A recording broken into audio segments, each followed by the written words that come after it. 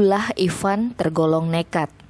Pemuda berusia 21 tahun asal Surabaya, Jawa Timur ini berupaya mencuri motor milik seorang warga di perumahan Batu Bidak Kerobokan, Kuta Utara, Badung, Sabtu 10 April. Aksinya itu dilakukan pukul 8:30 WITA. Namun apes, aksinya keburu kepergok warga. Dia ditangkap dan diamankan Polantas Polres Badung.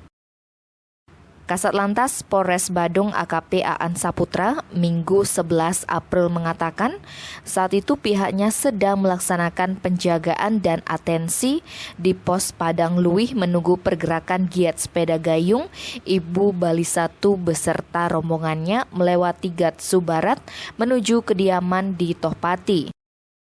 Tiba-tiba datang seorang warga melapor ada pencurian motor. Setelah dikoordinasikan, dua anggota Polantas yakni Aibtu Inyoman Mustre dan Bribka Iputu Sugiante meluncur ke lokasi. Di lokasi, pelaku yang mengenakan baju kaos berwarna biru dan celana pendek abu-abu sudah terduduk di pinggir jalan sekitar TKP dijaga oleh warga. Berikut barang berupa motor Honda Beat warna putih dengan nomor polisi DK2295ABG juga diamankan warga. Petugas mengambil alih pengamanan pelaku untuk diserahkan ke Polsek Kuta Utara. Tim Bali Express melaporkan.